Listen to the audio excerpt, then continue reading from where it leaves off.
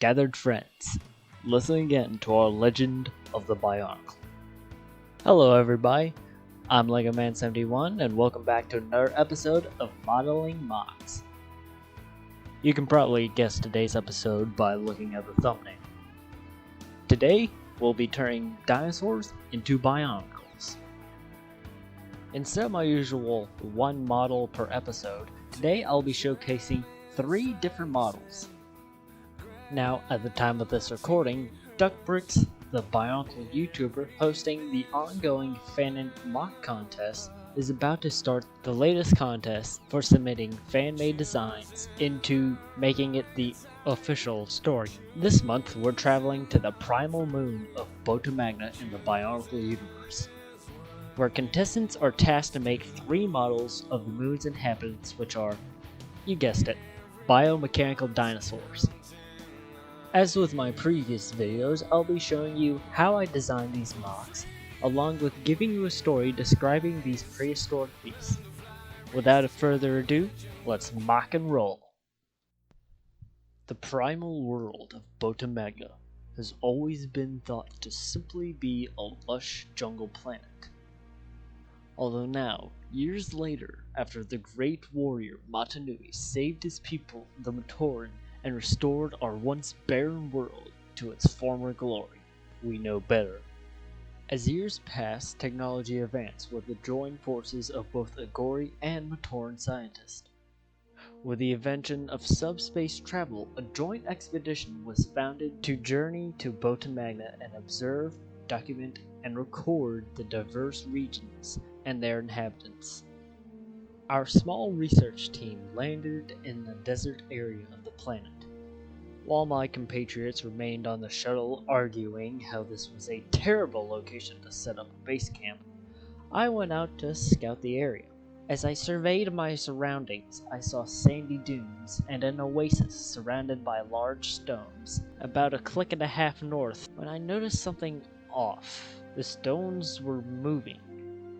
I assumed it was merely the heat playing tricks on my eyes, but as I got closer it became clearer that these were definitely not rocks. They were 4-legged creatures that seemed to have plates of stone-like armor and clubbed tails.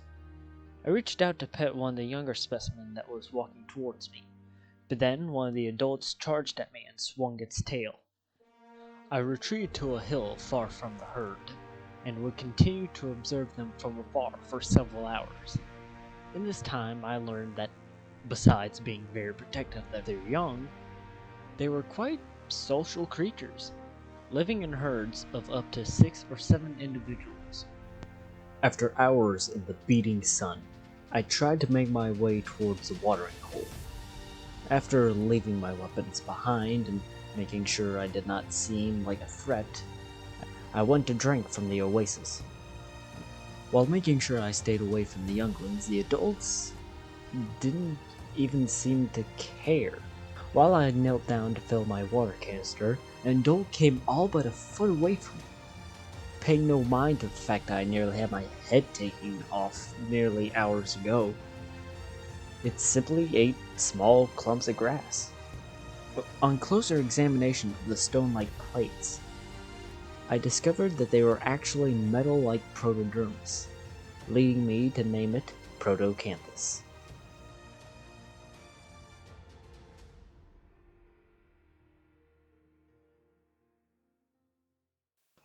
Once returning to the ship, my research team and I decided to leave the desert for a more ideal location for a base camp. Although the next place we set down wasn't much better. Our pilot landed us in a clearing in the dense swampland, much to the rest of the crew's dismay. Some of us needed to stretch our legs. Myself and 2 others formed a small scouting party. After trudging through mud for half an hour, we heard rustling from the dense bush ahead. Upon investigation, it appeared to be a quadruped of some sort. But then I heard a strange hooting sound, as if from a bird, but it was much too large and deep for a bird. Similar to that of an owl, but more reptilian. Just then, a 10-foot bipedal creature with a V-shaped crest on its head walked out from the bushes. I named this creature Dilopho-Nexus. As it walked towards the quadruped, it hooted a few more times before the other dinosaur acknowledged it. Once it did, the creature became very stressed and aggressive. The Dilophosaurus began to snarl and unfurled a large metallic frill.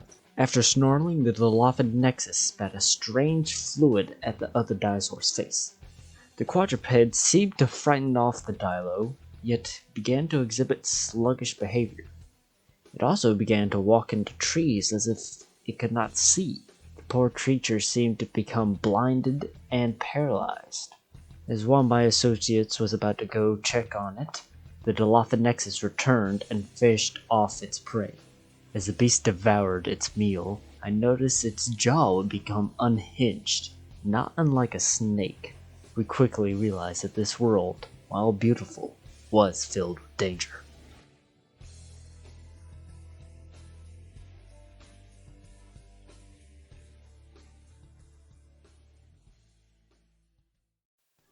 A week after we finally got our temporary research center up and running, a small expedition was made to journey to the polar region in the northern hemisphere of the planet. On our adventures, we discovered that many species, even the two I previously mentioned in this log, tend to migrate north during the dry seasons in search of food. I came across many new species, though one stuck out more than the others. We crossed through a volcanic wasteland where we found a feathered dinosaur that seemed to have flames coming out from the feathers on the back of its head. This Pyronic Raptoid lived in a pack of up to 6 individuals. Upon closer inspection, the objects that resembled feathers on its arm were actually various blades, presumably used for hunting prey. Along with these blades, it also had a serrated hook on each foot. As much as I wanted to continue studying this majestic predator, we had to move on with the expedition. But as fate would have it, I could do both. 2 days after we left the volcanic fields while studying other creatures, off in the distance I saw a lone Raptoid. I stared at it and it seemed to stare right back. It looked as though it was observing me as I was it. As lush jungles turned into icy mountains, still the Raptoid followed. When we set up camp for the night, I surveyed my surroundings, searching for the beast, but it was nowhere to be found. I left my compatriots to try and find it. Then I heard a loud screech off in the distance. I rushed toward the source of the sound. It was a small hadrosauric dinosaur cornered on a frozen lake, cornered by none other than the Raptoid. Although it was below freezing, the flames on the predator were stronger than ever. Then something unthinkable happened. The Raptoid broke through the ice at the lake surface and dove into the freezing cold water. Even under the ice, I could see the flames on its head, defying the laws of physics staying lit underwater. It moved like nothing I'd ever seen. As it burst through the ice, it attacked the hadrosaur, and after a few minutes of struggle, the victorious hunter dragged its quarry to the shore.